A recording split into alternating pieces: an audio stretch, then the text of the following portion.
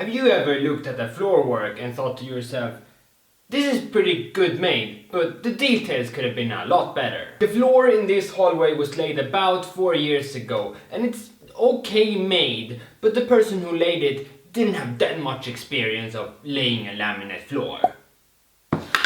The worst part is where the floor meets the threshold. Here the measuring wasn't done correctly and the floorboards are very far away from the threshold itself. This was trying to be solved by squirting in a lot of silicone in the gap, but if you look closely here, the gap is almost 2 centimeters from the threshold itself, and that's just gonna make the silicone be a dust collector over time. Luckily, there is a really easy way to actually fix this. You take a piece of wood that is the same color as the threshold and just place it over. That way it will just look like an extension of the threshold. You can buy pre-made strips of wood that are used for this purpose and then just cut them to length. But since I have these very nice already leveled pieces of spruce, I'm just going to cut my own from these. My name is Tom Shiron and today I will teach you how to cover up a bad cut edge on the floor. Let's go!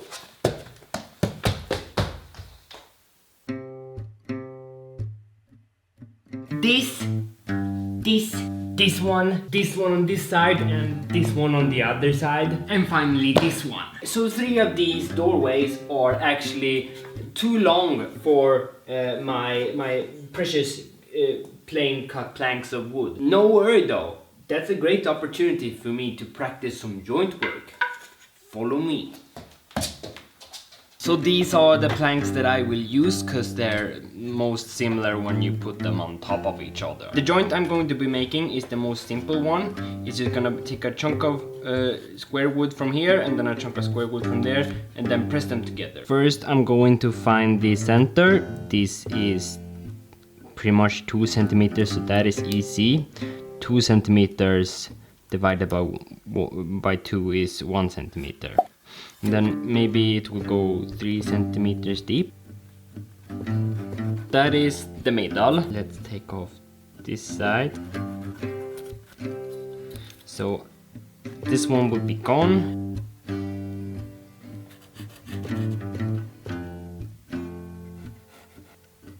There, so this one. This is the chunk I'm going to take off from this one, and we will do exactly the same on this one. So the jointing piece isn't actually going to have to be that long, so I'm going to just generally just maybe I should cut it off around there.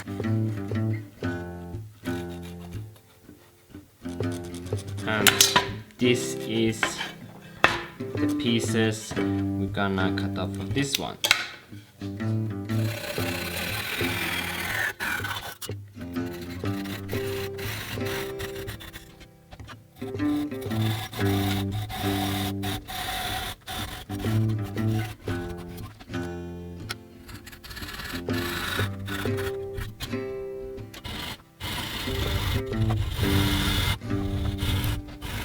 So as you can see, these ones don't fit that well. So what I'm going to do is to try and figure out where they don't fit. I think it's on this side mainly. Take my knife and I have some files to just trying to get in there and get it down to the right.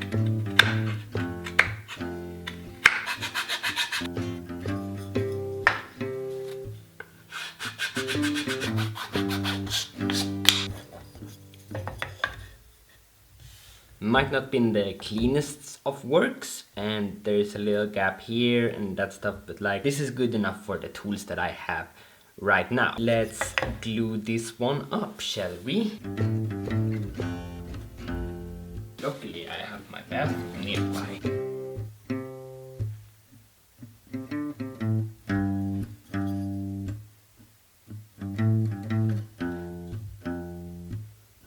Using the bench to make sure that it's like straight, clamp it down.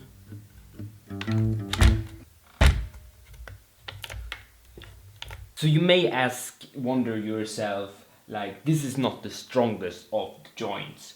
And I agree, especially since I am very limited to the tools. I can't do it like properly, very good and niche. But the strips that I'm making for this kind of thing, they won't have that much pressure on them in the end, or like weight that weighs down on it. So this joint will be just fine, I promise. Now, this wood glue takes 24 hours to dry, so I'll see you tomorrow.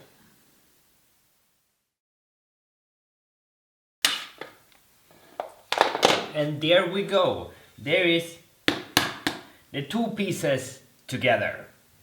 Nice. So there were 3 threshold doorways that were a bit too long. So out of this plank, we're gonna be making 3 of the threshold strips ramps. And I'm going to be measuring from this threshold here, because this one is the baddest one. You can see here it's like, yeah, almost 1.5 centimeters. So 2 centimeters will be good. It will definitely cover it and a little bit more. 2 centimeters from the threshold out, so that's 2 centimeters depth. And these ones are 2 centimeters thick. So they're just gonna be placed like this, and height doesn't need to be that much. Width of this one though is 4.2. 4.2 split into 3 is 1.4. So I'm just gonna split this one into 3.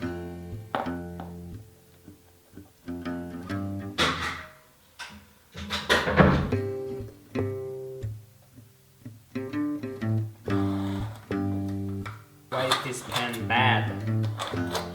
This was an expensive pen. Now you might be thinking, like, are you just gonna cut them and then just place a square piece of wood there? No, of course not. I'm going to round them off, but I'm going to do it before I cut them into the pieces. So I will round one off, cut it off, and that's that piece done. This way I can actually have some leverage to like clamp it down. Well, except for the last piece, but like you get what I mean. Let's start with this one. Just gonna file it down to a round edge, and I'm not measuring or anything because I think I can eyeball it. Maybe, we'll see.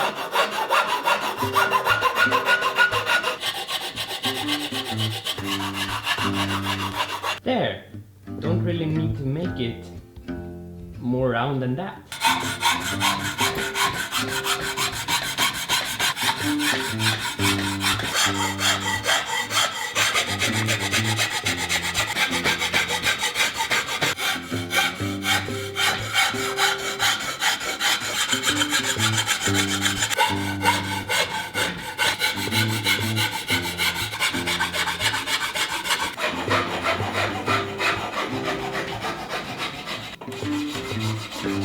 And there, that is like the first piece done. So now that we have the edge rounded off, we're actually gonna cut off the main piece itself.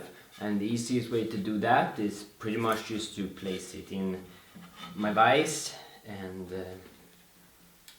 yeah, sewing it off.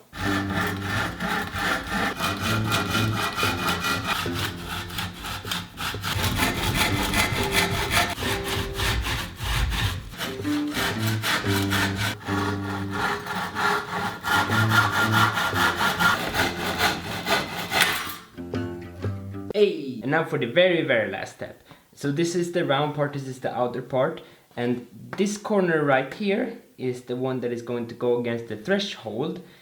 I'm going to knock this corner off, because it's not always that the corner is 90° a flat angle. So if I just knock this one off a little bit, the strip will go snugger against the threshold and it will look a lot cleaner, like in the corner.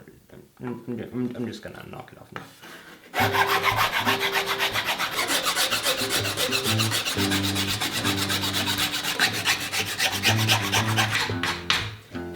So there is the first piece done. Now I only have 3 more to go from this one, and then 4 more to go in general.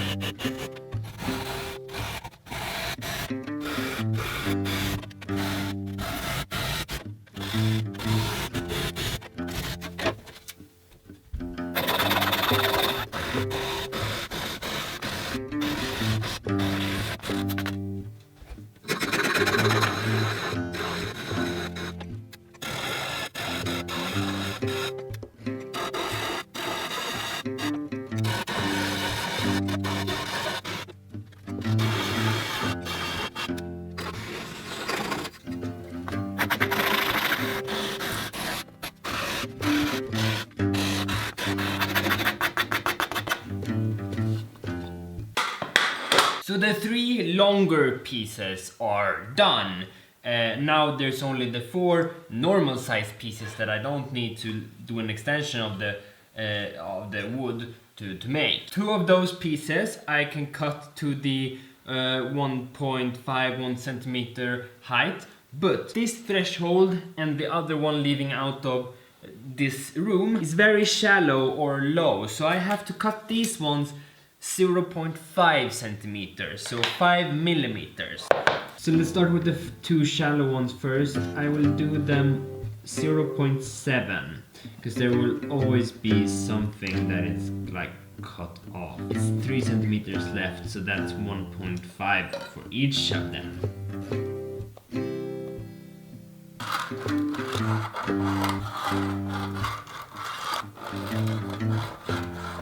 Now it's back to the sewing table. It starts off great that I didn't film the rounding off of the first thing.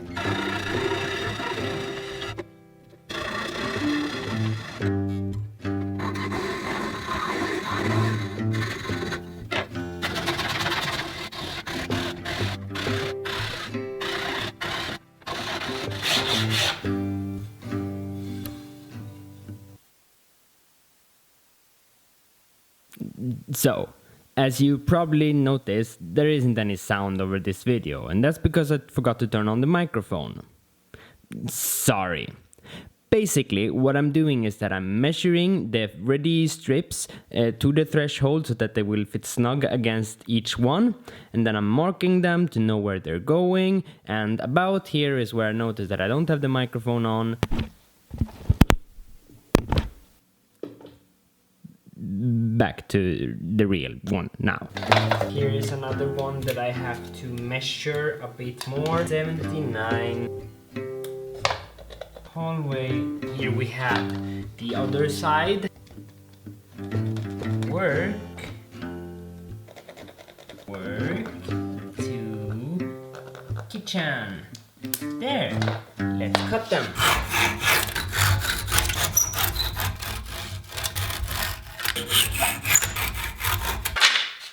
There is all the pieces cut and fitted to the thresholds. Now, the next thing to do is to sand them smooth.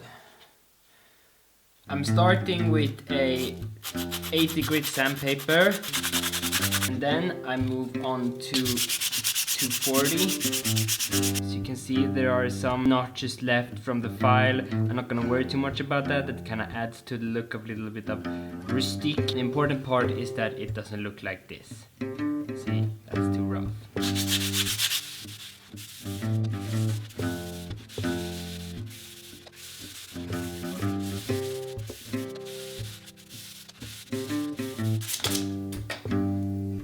And there, that's the sanding done. You may think to yourself, or you already thought it, like, Tom, this is not the color of the thresholds. And no, they aren't. That's why we're gonna do the next step now. Follow me.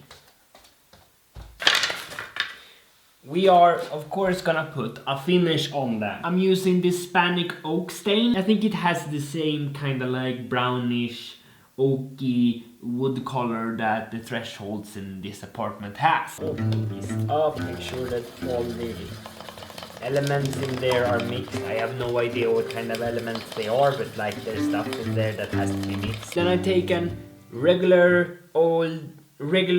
dishwashing sponge, dip it in there, squeeze off the axis a little bit, because like you don't need much of stain. And then I'm just going to spread it out onto the wood, making sure to get the edges. This is really simple to work with. You just like go like this and it looks fine. There is one piece done. I just kind of go like this. I don't want it to be too dark, so that's why I like rub it in until I feel like I get the right color. Okay?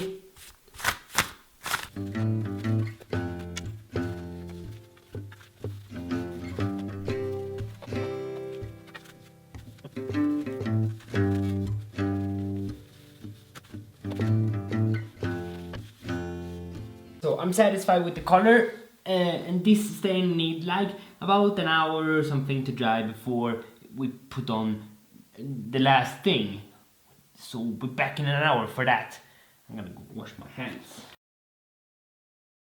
So we're back again after about an hour. The stain has dried, so it doesn't like stain on my finger.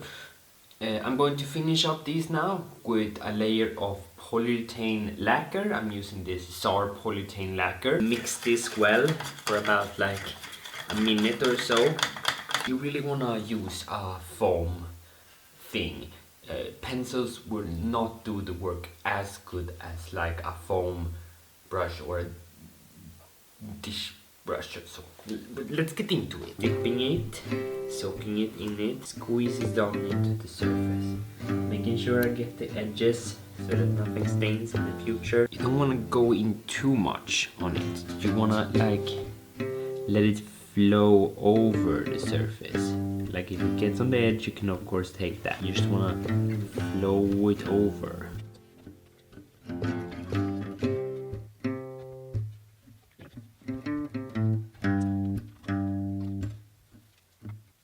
Now this lacquer takes 4 to 6 hours to dry. It's actually late at night, so I'm going to get a good night of sleep and then I'll finish this up tomorrow.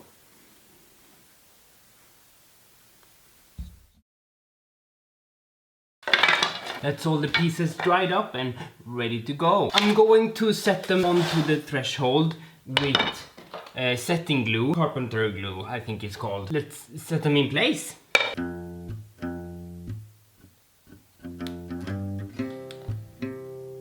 Now I'm going to press the surfaces together. I did a bad. That's the first one.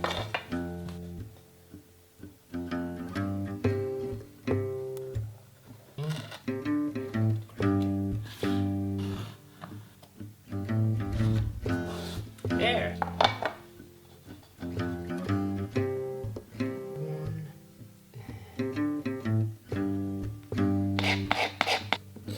This one's gonna be a bit more tricky since there's a door in the way.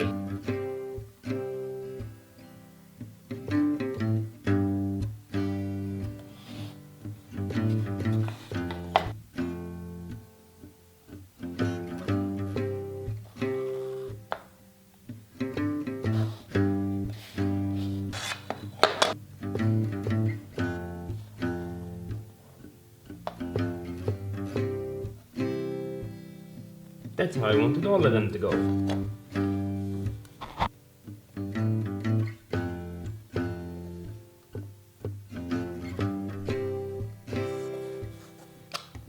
This one was super easy too. Why couldn't they all be like that? There we go! That looks much better than like the silicone filled grey gunk that was there before, right? If you found this video somewhat helpful, then please smash that like button and subscribe in the description below. My name is Tom Shidon and I thank you so much for watching.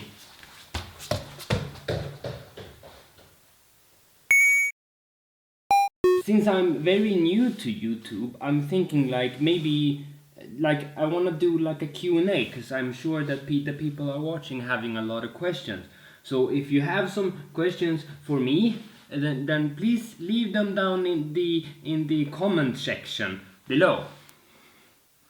Thank you.